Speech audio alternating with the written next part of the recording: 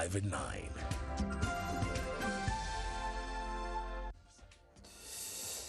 Judja has decided it's about time to write to the Bazukuru, and in his missive to the Bazukuru, there's also working with the opposition and going hard on the NRM. Is he in a reconciliation mode? President Yoweri Museveni breaks silence on election aftermath, saying, "The opposition were lucky. 10 million of my people did not turn up. There is practically no opposition in Uganda. So the opposition are lucky, because if all our members turn up, there will be no opposition in Uganda, I can assure you." And you arrested today. You cannot raise it as a defense that you cannot be charged before this court. General Court Martial finally resumes operations. 2 of my colleagues are lawyers. I am a lawyer. To start with the backlog starting January 31st, 2025. You should expect much more than even you can expect outside in the civilian court. Who is telling the truth? We are just waiting for him to come and tell us. Is FDC playing dirty politics on the population? I will certainly summon Sibambi to explain this. I informed the Secretary General as the person who is in charge. Happy birthday to you. NUP celebrates Chagulanyi's birthday in absentia. Explains why he cannot come out of his hiding. If there are summons, let them be issued. I will show up at police and write a statement.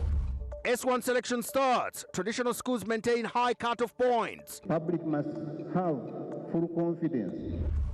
And the good news is, this electric bridge management system is going to give us a lot of capacity. Government enters partnership with Japan to construct climate vulnerable bridges. And we are reaffirming the strength and continuity of our bilateral relationship. This is NBS Live at 9 with Samson Kasumba and Victoria Sibia. You know what? I've just figured out that if all the viewers of NBS Live at 9 turned on their TV stations, turned on Afro Mobile, then there'll be no other bulletin to watch. Perhaps other bulletins are lucky. President Yoweri Museveni speaks out for the very first time about election aftermath, saying there is practically no opposition in Uganda. In a statement to the Bazukuru, Judja President Yoweri Museveni said that pro-people record of the NRM in Uganda does not allow a credible, truthful opposition to thrive. He said, if all the registered NRM turned up to vote, the NRM vote would be 18.5 million and the opposition would remain with 2.5 million, amounting to 88% support for the NRM. Judja continued, saying that once the issues affecting UPE, corruption, bad feeder roads and problems of drugs in the health centers are addressed according to his guidance and collective decisions, there will be no opposition in Uganda. The president also spoke about the NRM voters who did not turn up to vote, accusing party leaders of not interacting closely with members during primaries, and instead they resorted to violence and unfair practices which annoyed NRM members. He also continued reiterating that with the opposition, they mainly disturb the population with intimidation, violence, and isolated cases of terrorism. He was not done. He continued. The president also spoke about the high number of NRM independents who defeated the cheating, quote, the cheating flag bearers.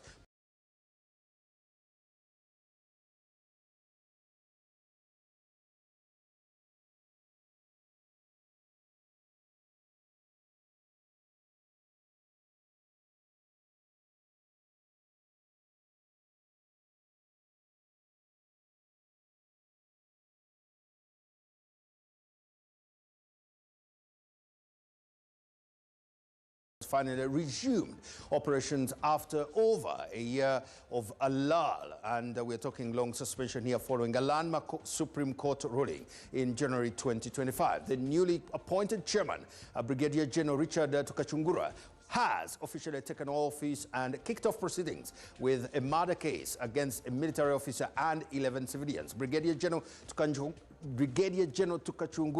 plans to tackle the backlog of cases that piled up since January 31st, 2025, when the court's operations were halted.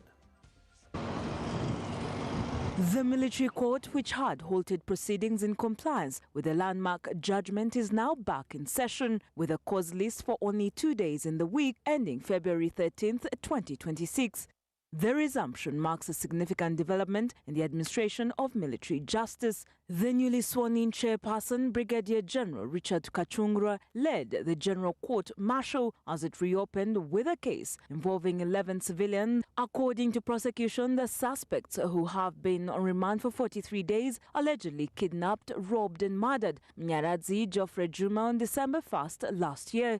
He was reportedly abducted from Kamocha, robbed of $600 and later murdered with an AK-47 rifle loaded with 30 rounds of ammunition. However, the accused denied all the charges. Abducted Mnyaradzi Geoffrey Juma against his will with the intent that he may be murdered. The prosecution also requested an additional 2 weeks to complete inquiries as investigations continue. The court granted the request and ordered that the suspects be remanded until February 26th. Defense, do you have an objection to 26, 2 weeks from now?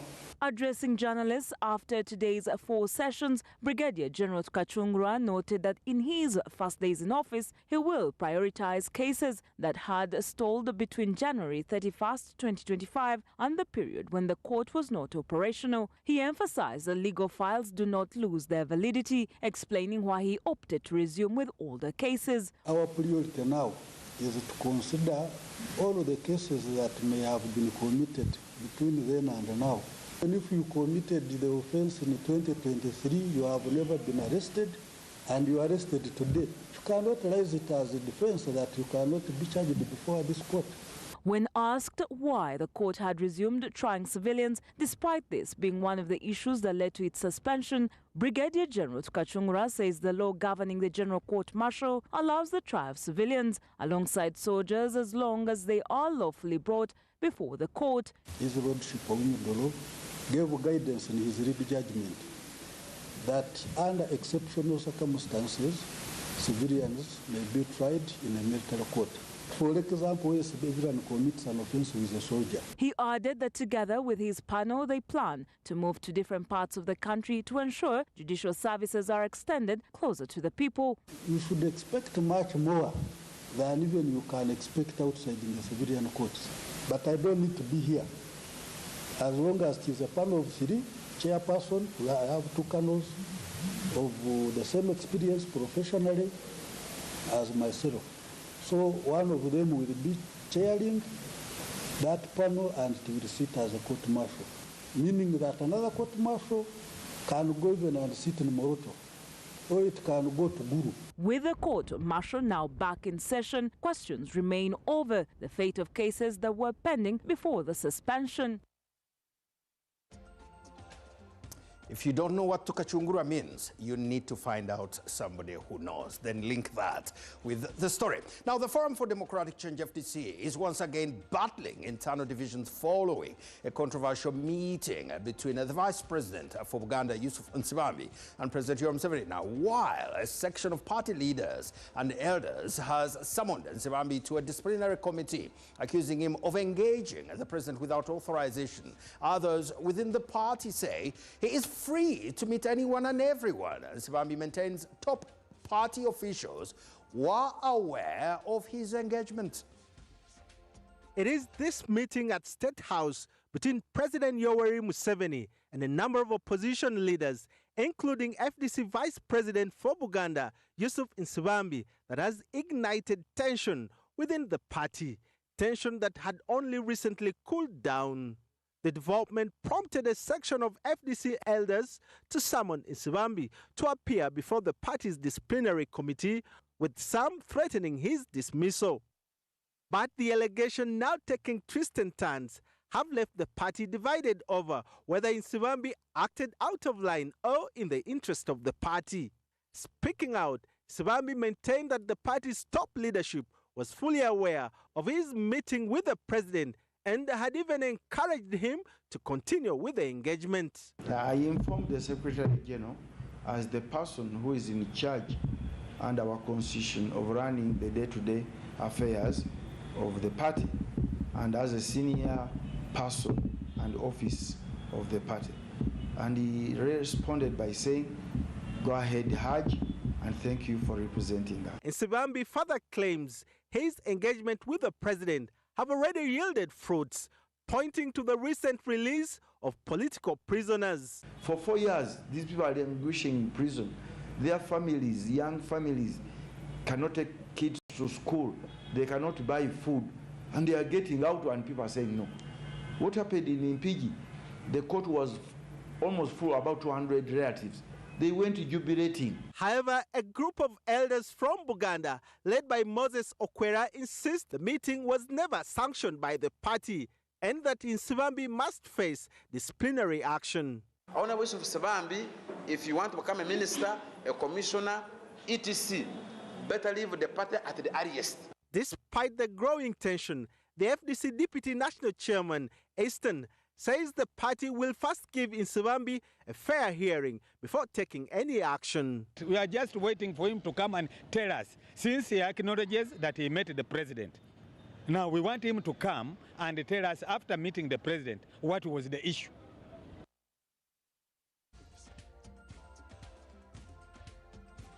Actually, he has been on NBS on several shows saying what the issue was when he met the president. Perhaps somebody needs to watch the news. Now, political scholar Professor Rogers Barigayome says the Forum for Democratic Change's current troubles stem from a long-standing culture of lack of accountability within the party. He argues that the failure by past top leaders to account for what he describes as dirty money is now haunting the FDC, warning that Yusuf Nsibambi may follow the same path further, deepening the party's internal crisis. This situation is going actually to dismantle FDC further, and we don't hope to see any more FDC in a short time to come because of this kind of puzzles. It's going to be dismantled because a thief doesn't want to be stolen. But we also know these people who are summoning Nsibambi are the same people who took unholy money. So he knows that weakness. At one time he defended them himself, Nsibambi, but now because he knows their weakness, he's also going to tell them, how comes you receive the other money from NRM? So he knows that the people he's going to go before, the people he's going to appear before are not holy also. They have unclean hands. So he's not intimidated because FDC floated and refused accountability at the time when they got unholy money from the NRM.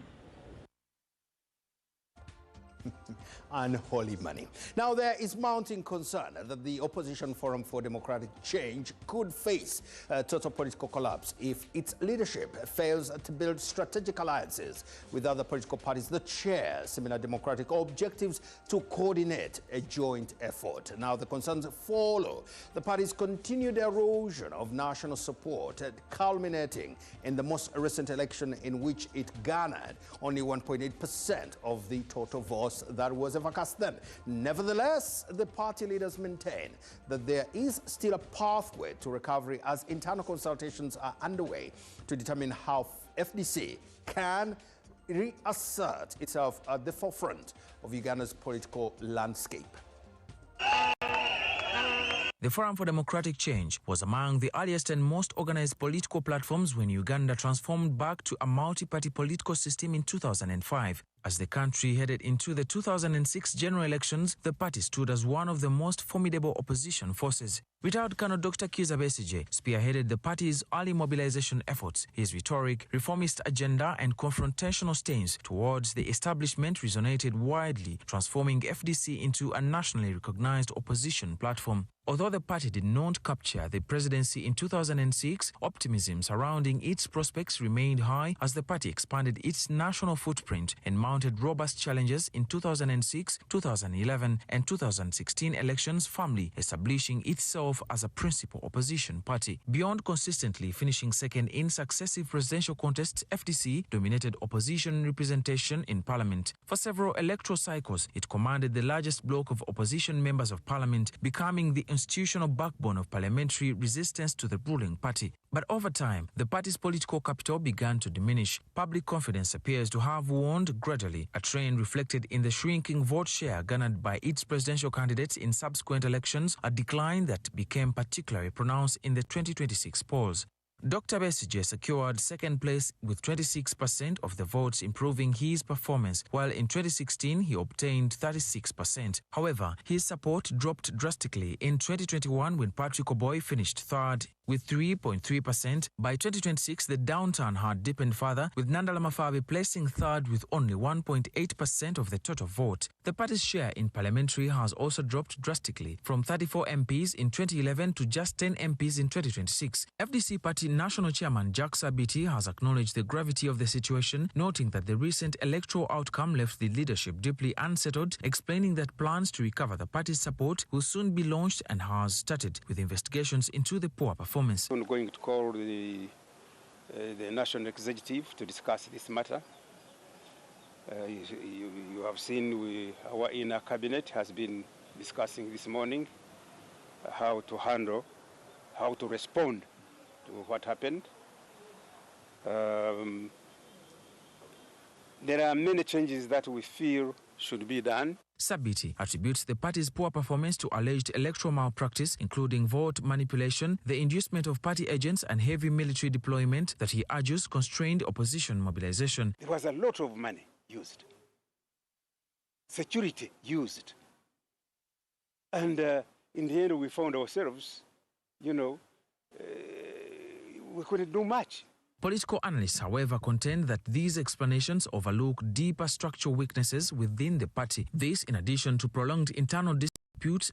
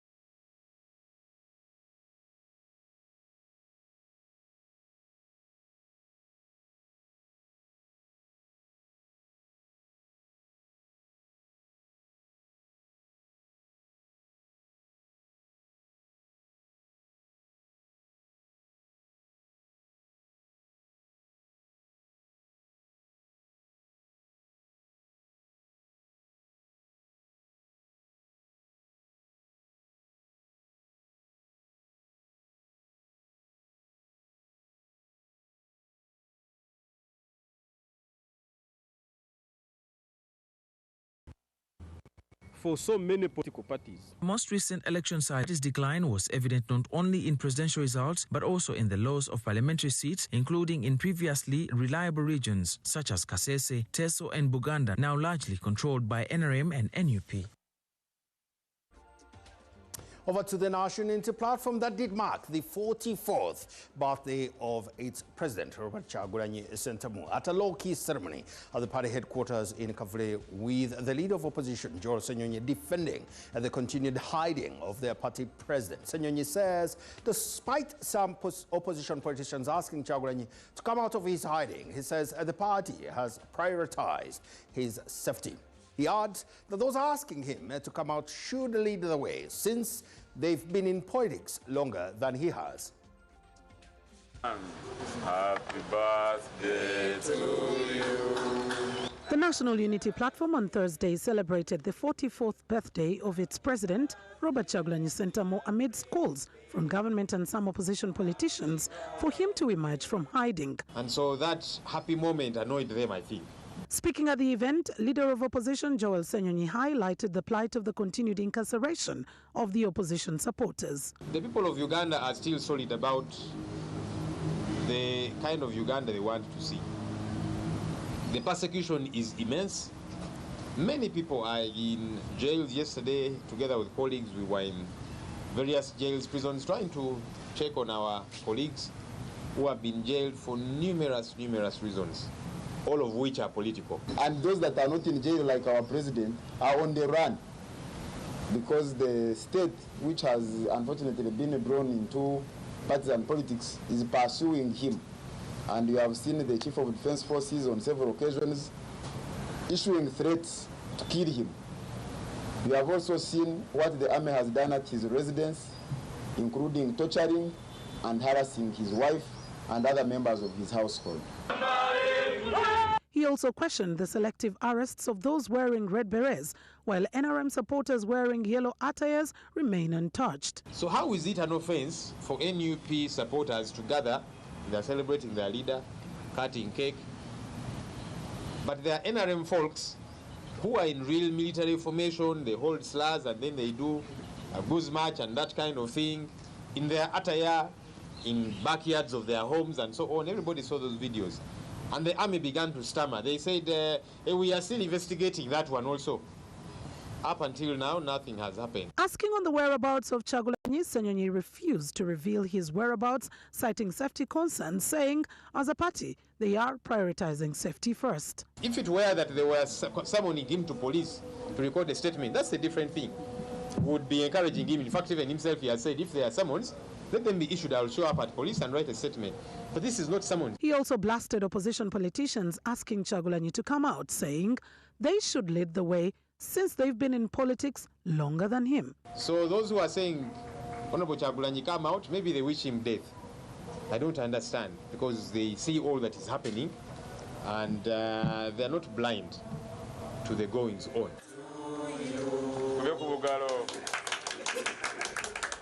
Well, if you're not in the know, I'll let you know. We hosted, on your flagship show, The Morning Breeze, we hosted the Deputy Governor of the Central Bank. Now, we do know from that conversation that cyber threats continue to cast a shadow of doubt over Uganda's economy as hackers target financial institutions and drain millions from the system. Despite robust growth, prospects and controlled inflation, the country's economic momentum is being tested. Mildred Tuhaisa spoke to the Deputy Governor of the Central Bank, Professor Nwagaba, and here are the details, or if I may, the excerpts of that conversation.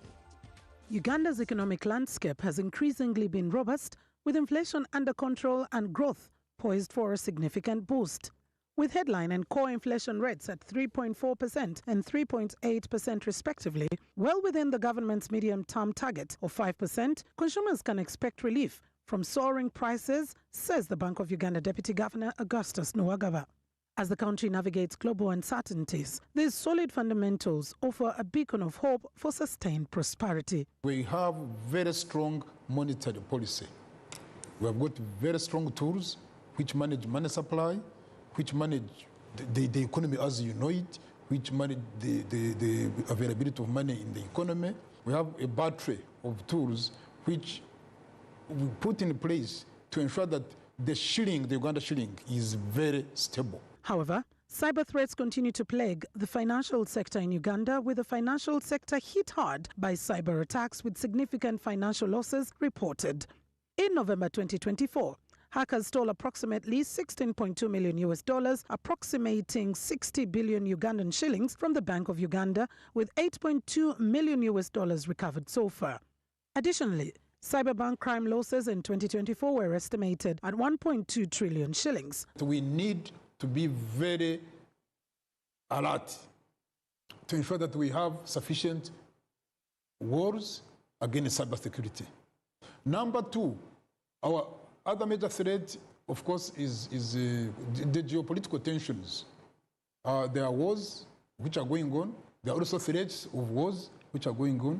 And once these happen, then it disrupts supply chains. The Deputy Governor Augustus Nwagaba also decries the savings culture in Uganda that has directly affected, among other issues, the cost of money. With many citizens struggling to save, banks are forced to rely on expensive alternative funding resources, pushing up interest rates and making borrowing costly for businesses and individuals. The reason why interest rates here are high, why cost of money is high, is because we have very few economic agents relative to GDP. You do not have sufficient areas where you can access money. And because of that, the money as a commodity becomes scarce. Encouraging a savings habit among Ugandans is critical to breaking this cycle and fostering a more robust financial landscape.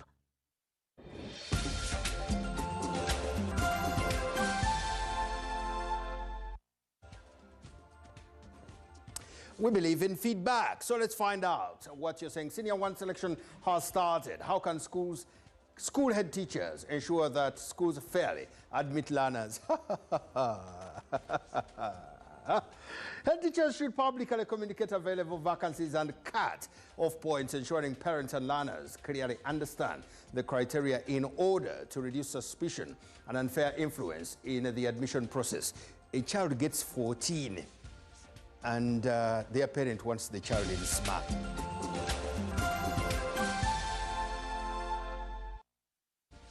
Social spotlight. Let's find out from your leaders. And we will President Yoweri Museveni. Fellow Ugandans, especially the Bazukuru, Jaja speaking. Greetings from the old man with the hat. Congratulations on the nearly ending elections, presidential, parliamentary, local government, and eventually LC ones. Over the course of the campaigns, I addressed 143 rallies across 153 districts, engaging directly with our people in what I found to be consultative and celebratory gatherings. Elections have clarified the real balance of forces in Uganda. The strength and membership of the NRM demonstrate overwhelming national support, even as we acknowledge outstanding issues such as UPE gaps, corruption, feeder roads, and shortages of drugs in health centers. The movement remains firmly rooted among the people as we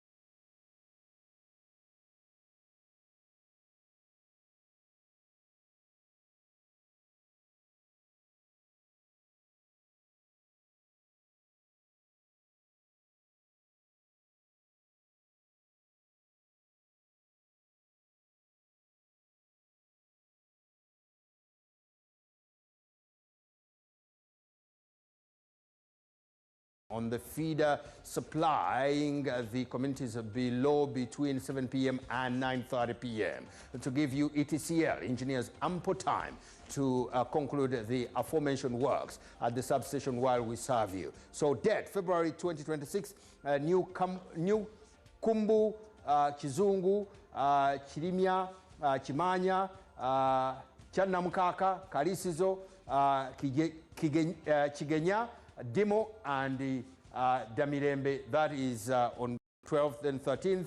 Nyendo, Charusowe, Matanga, Lukaya, Kayabwe, Buwama, Nkozi, Chiti, Lusango, Nabusanke, Bukakata, and Kalangala. Then on 14th, on Valentine, Kinoni, Sembabule, Oishembabule, Matete, Rebitakuri, Rebitakuri, Chetume, and Remiaga. And then 15th will be the new Kumbu, Chizungu, Chirimya, Chimanya, Channamukaka, Kalisizo, Kigenya, Ochigenya, Dimu, and Namirembe. Therefore, UECDL encourages the public to make better planning as the load management plan is carried out. Customers will be informed in advance of any changes to this load management plan. Until the power is fully restored, we further request customers to make sure that all electrical appliances and production lines are disconnected and power sources are turned off.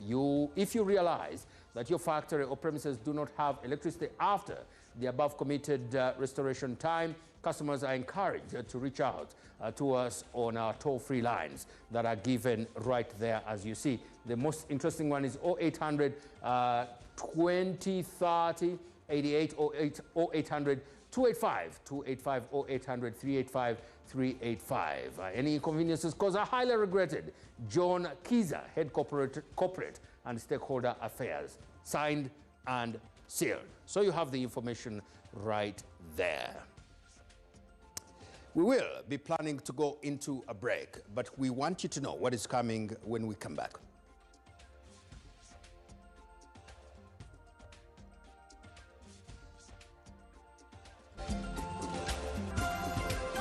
More to come.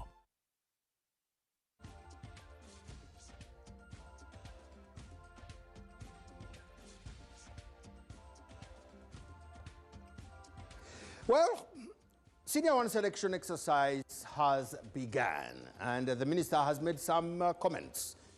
The issue is, your child gets 16 and you want to take them to Chisuli.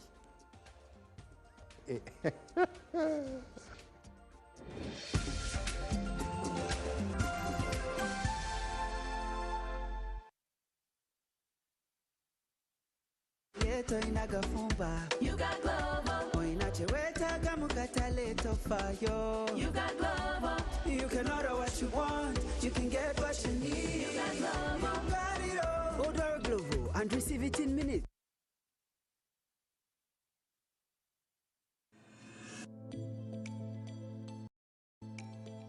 I want to be an engineer. I want to be a chef. I want to be a mechanic. I want to be a musician. I want to be a basketballer. Twinbrook International School is a school where you will see people from around the world. It's diverse. You will have the opportunity to experience things you've never experienced before. We have highly skilled teachers and a comfortable environment that does not pressure but eases the minds of students to help them into their future careers. Our school integrates art, culture, history, language, and performing arts such as drama, music, and dance into the academic curriculum. Work smart, succeed. Twinbrook International School.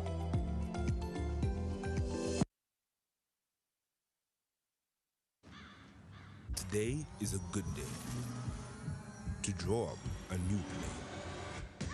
So start something. Make your move and get in your groove. Do it for the gram. Do it for the culture. Be loud. Be extra. Be a thinker. A life eater. A Tusker light drinker. Start something. Turn on your lights. Tusker lights. There is a new era of elegance and it begins at your event. At Penno Events, we have upgraded with fresh, modern, stylish event pieces designed to transform any space into a masterpiece. From luxury tents to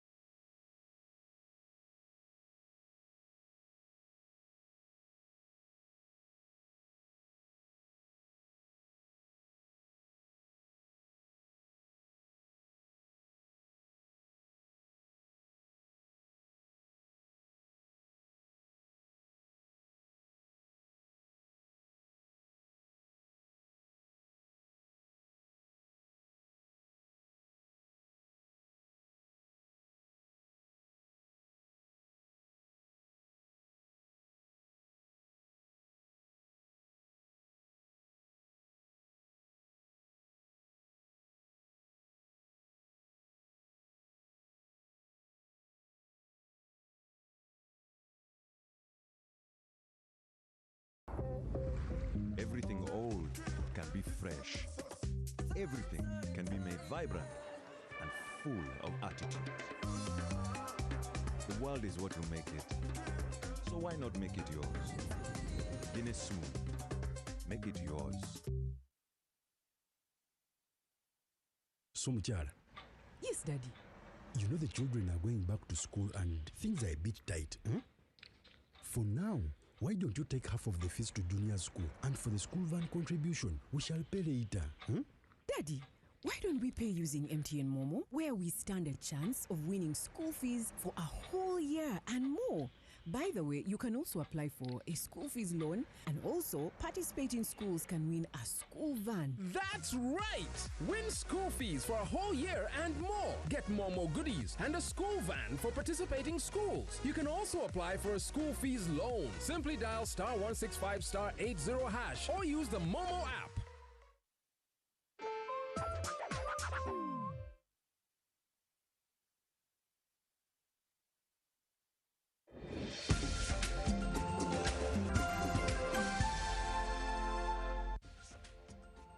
Welcome back. Let's continue on with more of our stories. The Senior 1 selection exercise has begun with traditional schools maintaining high cut-off points. The Minister of State for Higher Education, while opening the Senior 1 selection exercise at Uma Showground in Lugogo, warned schools to be fair when allocating Senior 1 places to students. Sheets of paper and hands-holding pens with people closely examining and verifying what is written defined this scene at the Lugogo Uma Hall, where head teachers of secondary schools from different parts of the country gathered to select students joining Senior 1. While opening the exercise, the State Minister for Higher Education, John Chrysostom Muyengo, cautioned schools against unfairness towards students seeking admission when it comes to the cut-off points needed. He noted that the selection process plays a crucial role in shaping students' future. The public must have full confidence that placement decisions are made openly, they are made professionally, and in strict compliance with government policies. He added that children should not be discriminated against on the basis of financial status, religion, or gender. He emphasized the need for transparency in this process and warned universal secondary education schools against operating like private boarding schools. That USE schools are day schools by policy and design.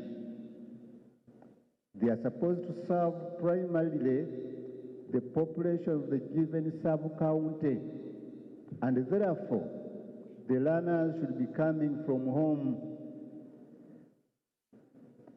When I come and find you are operating a boarding school without authority from the PS, we shall close those schools. A total of 273,000 students have been admitted to over 1,000 secondary schools, both government-aided and private. The Ministry of Education says that 91% of the 727,300 candidates who sat and passed their primary leaving examinations will proceed to Senior 1, while the rest will join vocational institutions. Approximately 384,000 learners are expected to be admitted to over 3,200 private schools. Most schools have set their cut-off points between aggregates 6 and 10, although some have gone beyond that range. And we are taking students from aggregate 4 to aggregate 6.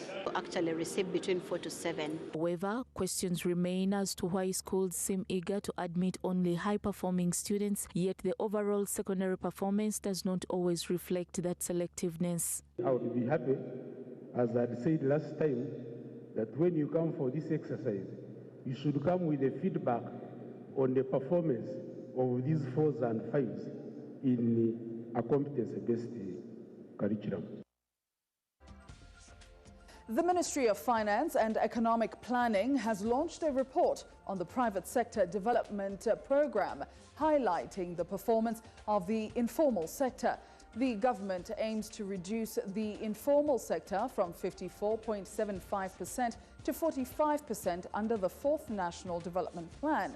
To achieve this, the Ministry of Finance says the government plans to offer incentives to informal businesses, recognizing a post-election economic resilience. An assessment of the informal sector in Uganda as of 2025 shows an increase in the informalities accounting to 54.5% of the country's GDP, yet the government had set out to reduce informalities by 45% under the implementation of the NDP 3. The report indicates that informal employment in total employment accounts to 92%. The State Minister for Finance, General Duties Henry Msasdi indicates that the hope to reduce informalities lies in NDP4, which targets to reduce informality of businesses to 45.7% by financial year 2029-2030. We shall aspire to significantly increase local participation in the contracts, particularly in the oil and gas, infrastructure and other strategic sectors under the 10-fold growth strategy. Available data indicates that 56% of informal businesses are women-owned between the ages 31 to 54 years, compared to the youth who own 33% and the elderly who own 6%, most of whom 75% is less educated. The increase in informalities of businesses, according to the technical officer at the Ministry of Finance, Chintu Mwanje, is a result of lack of awareness about the incentives to registered businesses. The NDP4, we want to bring it to close to 41%. And one of the things that we are going to do is, first of all, making sure that people playing in the informal sector are incentivized. We must, first of all, understand why are they, why are they sticking to practicing their businesses in an informal setting. The studies that we have undertaken show that people don't know what it takes to formalize. Others think it is very, very expensive. In a speech read by the Director, Economic Affairs, Ministry of Finance, Moses Kagwa for the PSST, he acknowledged that while the NDP3 made some strides on the performance of the private sector development program, the informality of the private sector remains a thorn. Formalization remains a thorny issue, even as we turn this page in our development program. Do things differently from what we have been doing, because the NDP4 envisages a rapid expansion of our economy in a sustainable, transformative and inclusive manner. The Uganda Bureau of Statistics has handed over computers and tablets to key institutions across the country in a move aimed at strengthening data collection, monitoring and national planning. The beneficiary institutions include the National Planning Authority, the Interreligious Council of Uganda and the Rwenzururu Kingdom, as well as selected farming and cultural organizations.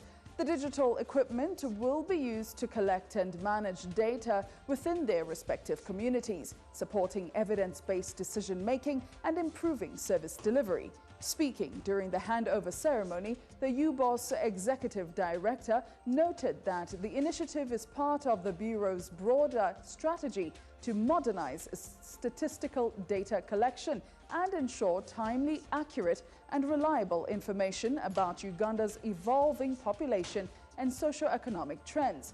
He emphasized that equipping community-based institutions with digital tools will enhance grassroots data capture and strengthen collaboration between government and community structures. We are giving out tools, especially tablets, to selected institutions within the national statistical system. As we have been emphasizing, all members here are members of the national statistical system, because you are key users of the statistics we produce. You are key producers of a lot of statistics. It's going to complement our work. We're going to collaborate with all these institutions when we are collecting data from the field. Data which is synthesized, data which is well analyzed, and then we inform our private sector. We speak on behalf of private sector because they're the engine growth of this country or any nation. And for them to be able now to plug into the 10-fold economy as one of the national development agenda for this country that is championed by the president, we need to have evidence-based issues or evidence-based collected data. This donation, whereas some people have said that it is timely, for us it is out of time.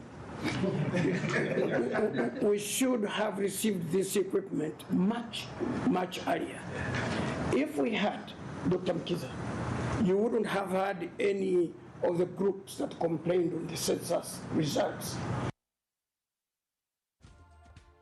Now, moving into the region, specifically in Kenya, the United Opposition has begun an intense retreat in Naivasha in a bid to agree on the best formula to use selecting a preferred presidential flag bearer.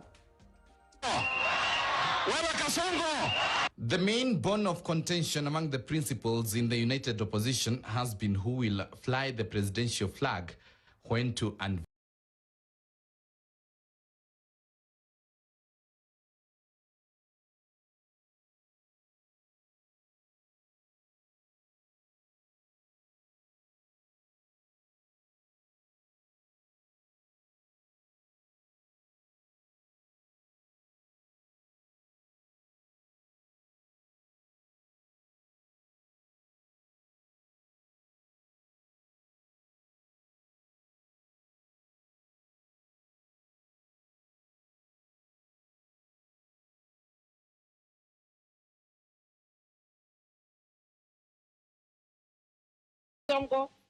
Was a narrative in the beginning of the year at watu wanatoka United Opposition, sijui wanatoka DCP wanaenda kwa Kasongo. Hakuna mtu anatoka DCP ama United Opposition.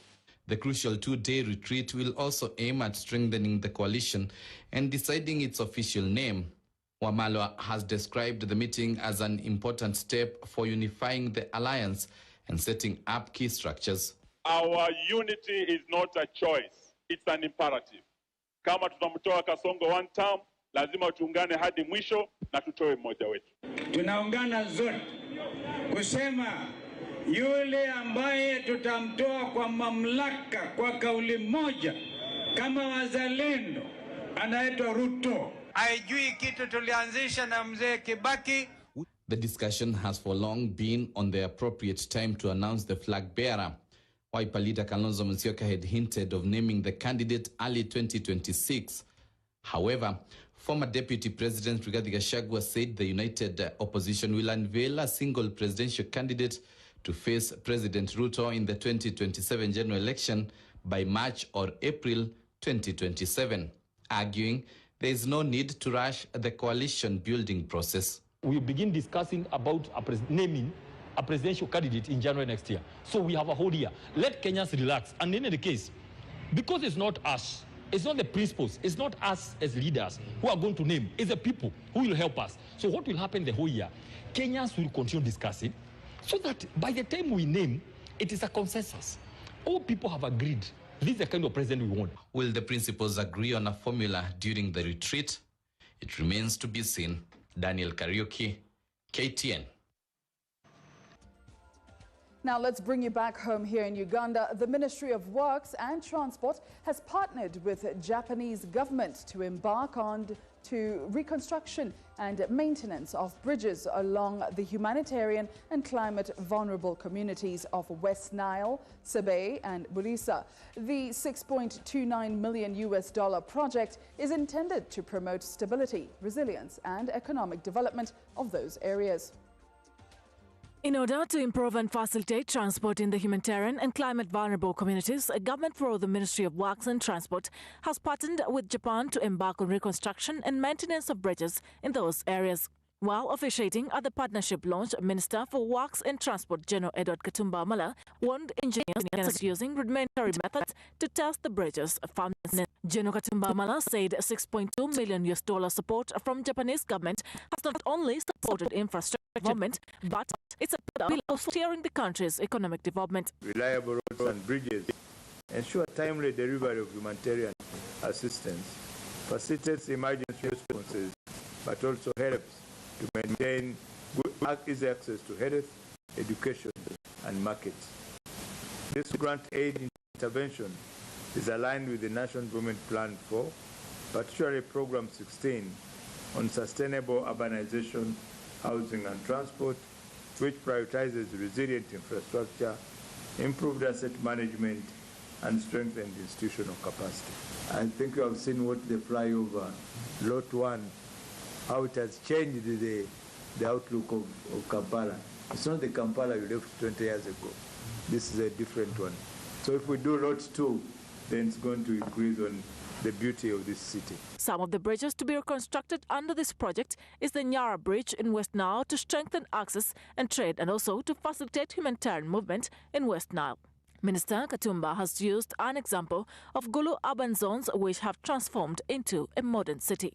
We all know about the Gulu urban roads, which has transformed Gulu city in a modern city.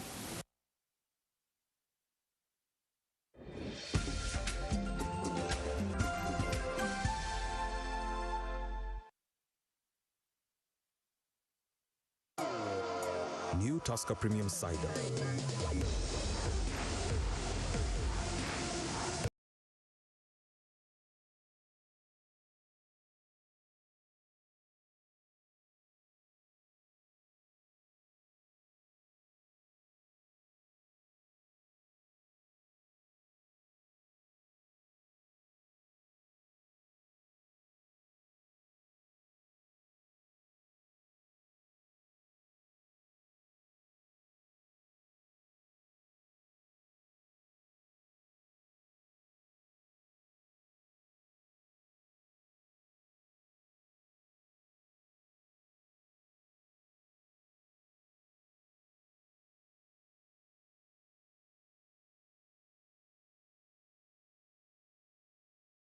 With house wine.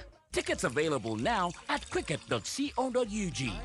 Brought to you by Lake Victoria Serena Golf Resort and Spa in partnership with Capital FM and Mosaic Marketing Collective.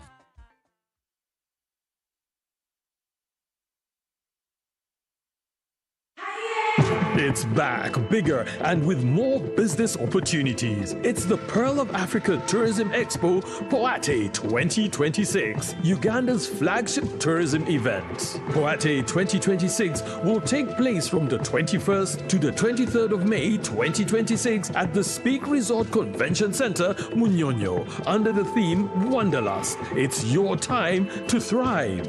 Yes, it's your time to tap into Uganda's renewed optimism and tourism growth. Tourism stakeholders, travel trade partners, and tourism enthusiasts will be part of the Poate 2026. Come and network with like-minded people and unlock new business opportunities. To participate, register at www.poate.co.ug. Poate 2026 is brought to you by Uganda Tourism Board and partners.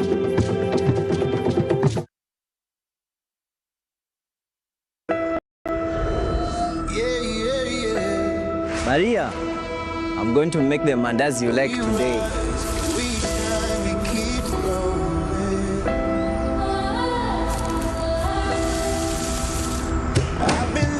This is my wife Maria's recipe.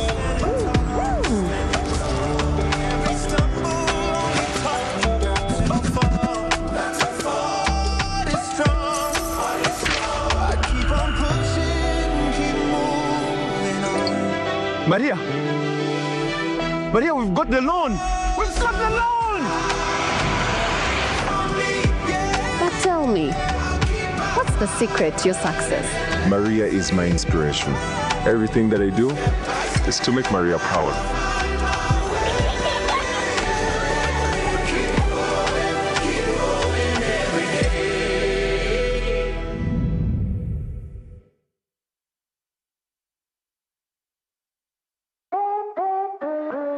Start something new, something uplifting, something so effortless and golden. A thirst-quenching burst of sweetness and multi-flavor, so rich and full of memories. It's 100% taste, zero alcohol. Try it, savor it, feel it elevate every moment. Sip after sip, gulp after gulp. After all, life's about turning ordinary thrills into golden chills.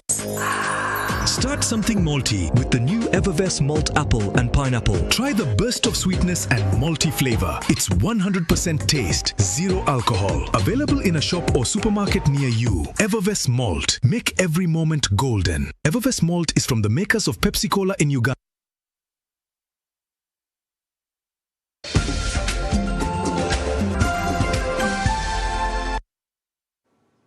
Welcome back. Let's move on to some business this evening. The Bank of Uganda has disclosed plans to roll out a gold purchasing program aimed at strengthening the country's foreign exchange reserves and curbing revenue losses from gold trade. The Deputy Governor, Bank of Uganda, Professor Augustus Nwagaba, says although gold remains one of Uganda's leading exports, it is rather paradoxically also one of its top imports, a mismatch that continues to erode the country's earnings and undermine the full benefits of the booming mineral sector. He disclosed during the Stanbic Bank Economic Forum that reflected. Uganda's economy is poised for growth, with experts at the Stanbic Bank Economic Forum weighing in on how Uganda can stimulate further growth, strengthen its competitiveness and unlock sustainable growth. So why is good macros not translating into a good dinner table story? An economy that has to grow 10x as per NDP 4, 7% is not good enough. Even the projected 10.4% governor is not good enough. You are an economist. We need double-digit growth of 15% per annum for the next 15 years. Revenues to support the positive outlook are expected to come from the commercial oil production this year, and the development phase is headed for completion with major projects at 80%. There are about 600 kilometers of pipe that have already been laid in the ground. Some of the pipe has crossed Mutukula, the border of Uganda and Tanzania, the Tanga port in Tanzania, where the pipeline ends. It's going very well. In the upstream, 200 wells have been drilled. Tilenga is about 75% complete. Kingfisher, if about 80%. And the commissioning sequence is going to start about June, July. However, experts warn that Uganda must get it right by investing revenues into the right sectors. So the opportunities are the same. I don't even have to mention them. Because this oil revenue comes into the space, gives you capacity to spend, gives you a good demand. It all works out for the private person.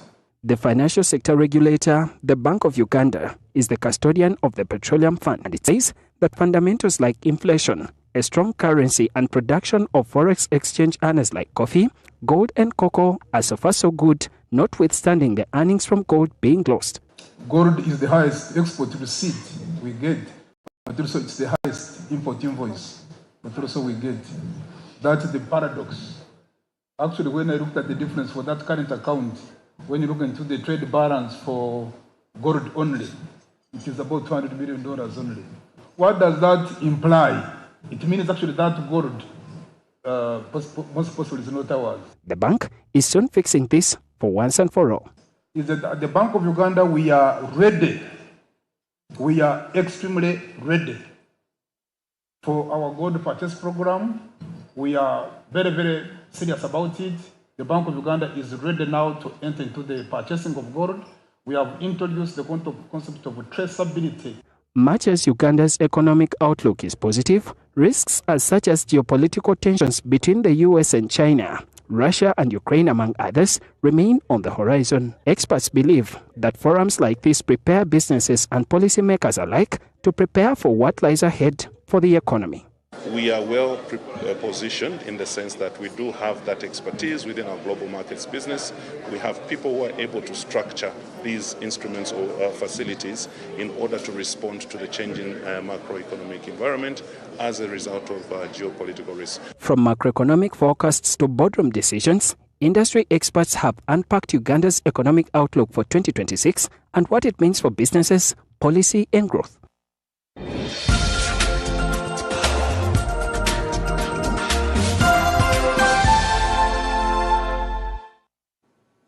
And now let's have a look at some sport. The Kampala Capital City Authority has requested 39 billion shillings for the competition of the KCCA FC Stadium in Lugogo. The request was presented to the Parliamentary Presidential Affairs Committee during the inspection of the facility.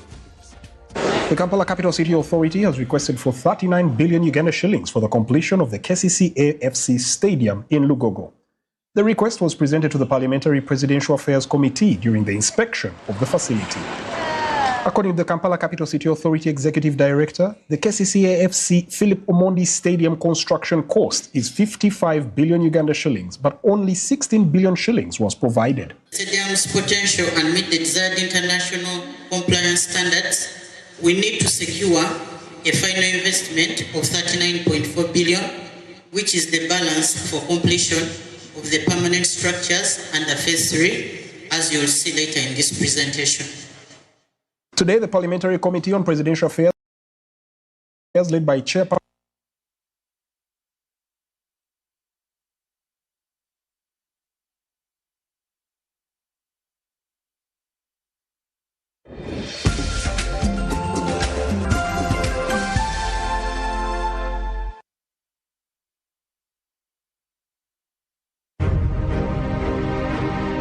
Buy genuine Decra roofing tiles, the original stone-coated alu zinc steel roofing system from New Zealand. Choose from Heritage, Milano, Shingo, Shake and Classic profiles with a variety of colors and a 50-year warranty. Only available at Depot Uganda. Telephone 0776 898 888 or 0758 853 285. Depot Uganda. Tried, tested and trusted.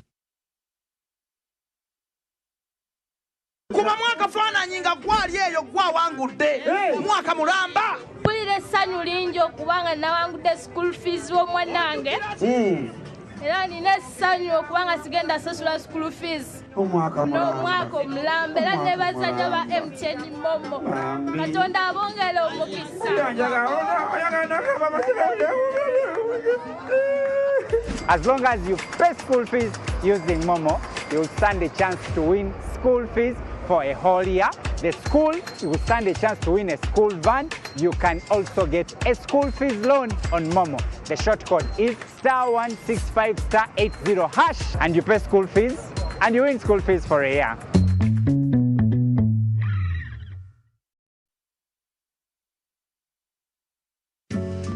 Looking for a vacation of a lifetime? Cross